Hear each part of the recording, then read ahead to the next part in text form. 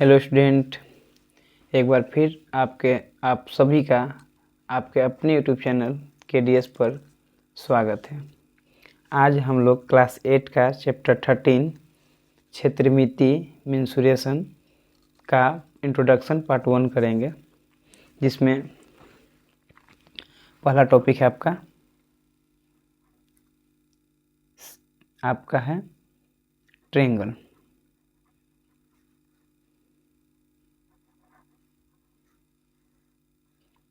त्रिभुज, ठीक है। त्रिभुज, चलिए पहले एक त्रिभुज का फिगर बना लेते हैं। A, B और कितने C। त्रिभुज का मतलब क्या? त्रिभुज तीन भुज, यानी जिसमें कितनी भुजा हो? तीन भुजा हो, यानी जैसे AB, BC और क्या आपका AC, ठीक है। इसमें हम लोग को दो चीज़ निकालने होते हैं, एक क्षेत्रफल और दूसरा परिमाप। तो पहले क्षेत्रफल और परिमाप को समझ लेते हैं। पहले हम लोग परिमाप समझते हैं। देखिए, परिमाप का मतलब कि वैसा जो भी आकृति हो, चाहे वो आपका त्रिभुज हो या कोई आपका वृत्त हो या कोई आपका रेक्टेंगल हो, वर्ग हो, तो जो उसका साइड हो, जैसे AB इसका साइड है, BC और कितना है AC, ये तीनों साइड, ये तीनों साइड का जो टोटल लेंथ होगा ना, जैसे AB, BC और क्या AC, ये तीनों लेंथ का सम ही क्या कहलाएगा? इस त्रिभुज का पेरीमीटर होगा, या बोलिएगा कि परिमाप होगा। तो पहला डालेंगे फॉर्मूला, परिमाप या पेरीमीटर। एकदम इजी वे में समझिए, तीनों भुजाओं का योग। अब त्रिभुज में तीनों भुजा कौन कौन है? AB, BC और AC। A के सामने वाले साइड को A स्मॉल है, B के सामने वाले को स्मॉल B मान लीजिए, C के सामने वाले को C मान लीजिए, यानी कि A, B, C ये तीनों भुजा हैं। तो क्या हो जाएगा आपका? A प्लस B प्लस कितना C, अर्थात परिमाप हो जाएगा ट्रायंगल का कितना? A plus B plus C। Sum of all side बोल सकते हैं, ठीक है, सम ऑफ ऑल साइड। चलो ठीक है, A plus B plus C, यानी कोई भी आपका आकार दिया रहे, चाहे वो रेक्टेंगल हो, वर्ग हो या आपका ट्रायंगल हो, तो जब भी आपका परिमाप पूछे, परिमाप का मतलब होता है कि किसी भी आकृति को घेरने में जो मतलब वायर या तार से घेरने में जो तार की लंबाई लगता है, वही आपका क्या कहलाता है? परिमाप कहलाता है, ठीक है। तो आपका परिमाप क्या हो जाएगा? तीनों भुजाओं का योग हो जाएगा। सेकंड, क्षेत्रफल, एरिया। हम लोग एरिया को A से डिनोट करेंगे, ठीक है। यहाँ पे लिखते हैं हम लोग, थोड़ा पेज ऊपर करते हैं। एरिया को हम लोग A से डिनोट करेंगे। तो पहले एरिया समझिए, इस फिगर में आइए, ABC, यानी तीनों भुजा से जो घिरा हुआ क्षेत्र है, वही इस त्रिभुज का क्या है? क्षेत्रफल है। जैसे इधर AB, BC और AC, तो ये क्षेत्र घेरा गया, जो बीच में जगह दिख रहा है आपका, यही क्षेत्र क्या कहलाएगा? आपका क्षेत्रफल कहलाएगा। समझ गए होंगे? तो इसका फॉर्मूला भी लिख लेते हैं। देखिए, एक त्रिभुज है ABC। अब इसके ऊपर से एक परपेंडिकुलर डालें, जिसकी हाइट कितनी है? ऊंचाई h है, नाम दीजिए AD। ये आपका आधार कहलाता है BC, ये दोनों भुजा हो गए, और ये आपका ऊंचाई हो गया। तो फॉर्मूला क्या बनेगा? 1/2 आधार गुना ऊंचाई, ठीक है, यानी कि 1/2 इंटू बेस इंटू हाइट, ठीक है। तो फिर से एक बार रिवाइंड कर लीजिए। ट्रायंगल, तीन भुजाओं से घिरा हुआ क्षेत्र क्या कहलाएगा? ट्रायंगल कहलाएगा। और कोण भी इसमें कितने होते हैं बाबू? 3 होते हैं, ठीक है ना। तो इसका परिमाप और क्षेत्रफल, परिमाप क्या होता है? तीनों भुजाओं का योग, यानी A plus B plus C, और क्षेत्रफल क्या होता है 1/2 इंटू आधार गुने ऊंचाई। चलिए नेक्स्ट टॉपिक बढ़ते हैं हम लोग। नेक्स्ट टॉपिक है आपका आयत। आयत का मतलब रेक्टेंगल, रेक्टेंगल। देखिए यह चतुर्भुज है, यानी कि इसमें 4 भुजाएं हैं। देखिए आयत का क्या प्रॉपर्टी है थोड़ा समझ लीजिए। इसके आमने सामने के भुजा आपस में क्या होते हैं, इक्वल होते हैं। जैसे ए बी किसके इक्वल होंगे, सी डी के। उसी तरह से ए डी किसके इक्वल होगा, तो बोलेंगे बी सी के। ठीक है, जो खाली जगह दिख रहा है आपका क्या है, क्षेत्रफल। क्या है, क्षेत्रफल। ठीक है, और ए से बी, बी से सी, सी से डी और डी से ए, ये टोटल जो लेंथ है ए से चलते हुए फिर आकर के ए पे ही मिल जाना, यही टोटल लेंथ आपका क्या है, इसका परिमाप है। तो ए से बी आपका लेंथ हो गया यानी कि लंबाई, बी से सी आप क्या मान के चलिए इसका ब्रेथ हो गया, चौड़ाई। ठीक ना, तो क्या हुआ फॉर्मूला, आयत का पहले क्षेत्रफल यानी कि एरिया निकालिएगा। राइट, तो क्षेत्रफल क्या होगा, क्षेत्रफल होगा इसका लंबाई गुने क्या, चौड़ाई। इंग्लिश में लिखना चाहेंगे तो एल इंटू बी डालिएगा, एल इंटू बी। तो आयत का क्षेत्रफल क्या होगा, लंबाई। क्षेत्रफल क्या है, यही जो खाली जगह दिख रहा है ना आपका क्षेत्रफल है। सेकेंड परिमाप यानी पेरीमीटर, पेरीमीटर पी। क्या बताए थे, परिमाप का मतलब है कि घेरे जाने में लगने वाले तारों की लंबाई। तो यहाँ से A B, B C, C D और कितना है ए डी। ठीक है, तो आपका चारों भुजाओं का योग, तो चारों भुजा में देखिए यहाँ पे चारों साइड आप देख रहे हैं तो 2 लेंथ है, ए एल तो ए बी एल, क्योंकि दोनों आमने सामने की भुजा इक्वल थे। इधर आपका बी सी है बी, तो इधर आपका ए डी भी क्या हो जाएगा बी।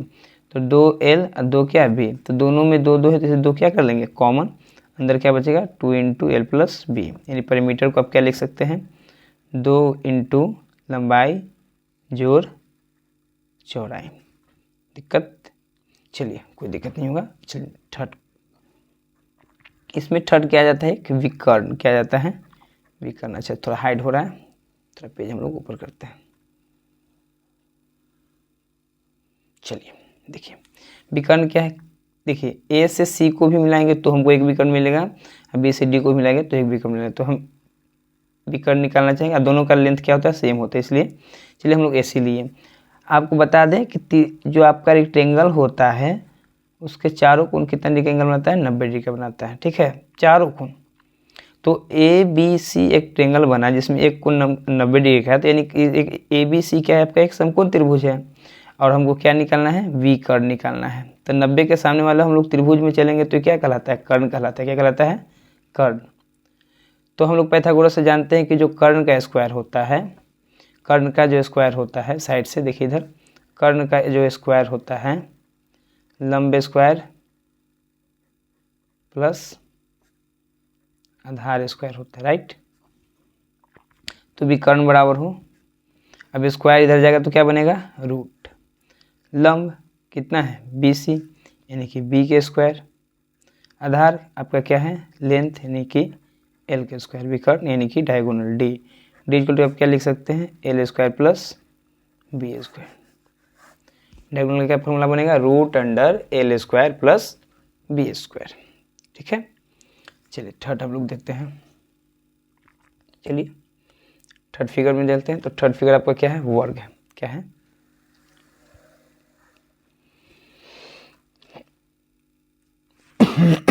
सॉरी,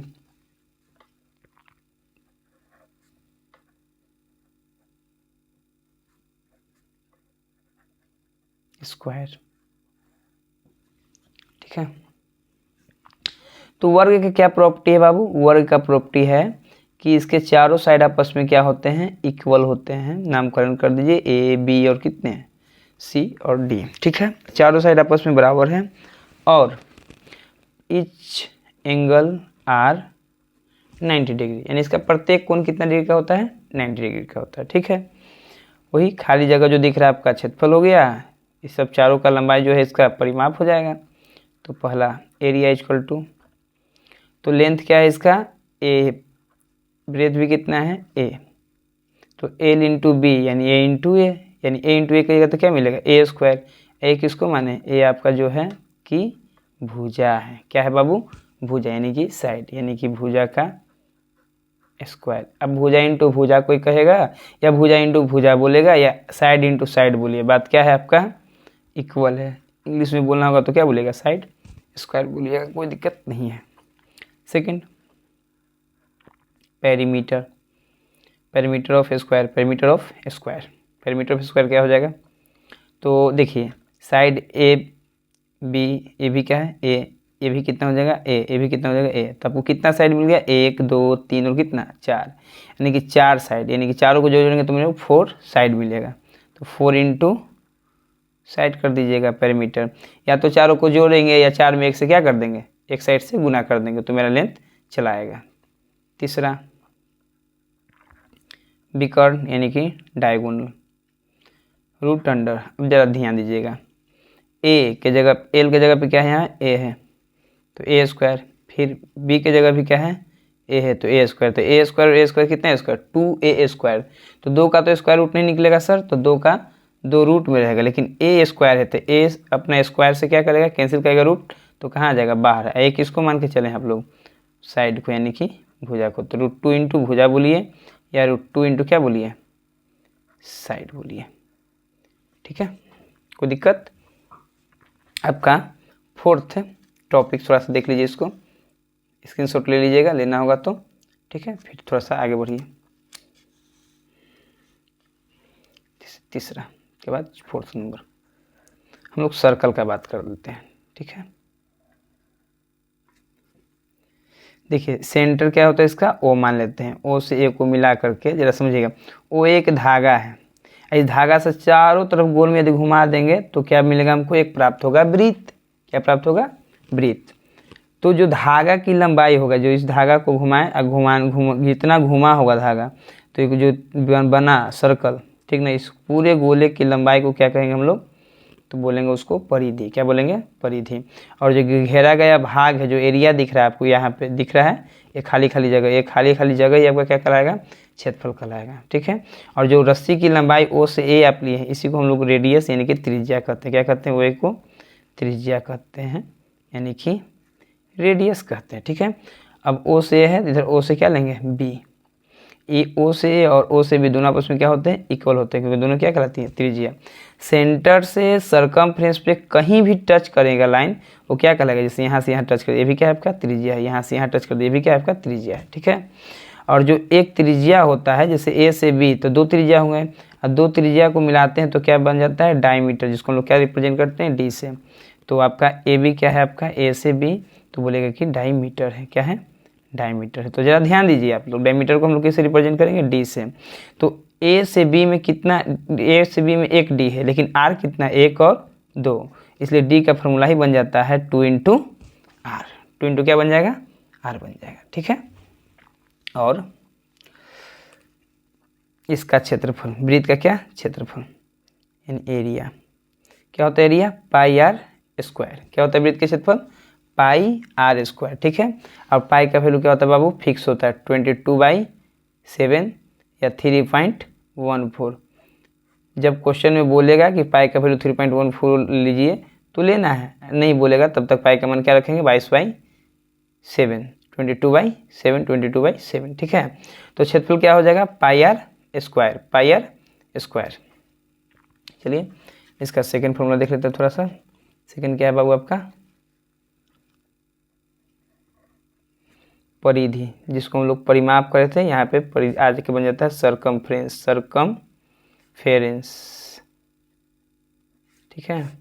क्या हो जाएगा सरकमफ्रेंस का 2 πr, 2 πr, फिर समझिएगा 2 πr, क्षेत्रफल पाई आर स्क्वायर, परिधि 2 πr, ठीक है ना। चलिए एक बार पूरा रिवाइंड कर लीजिए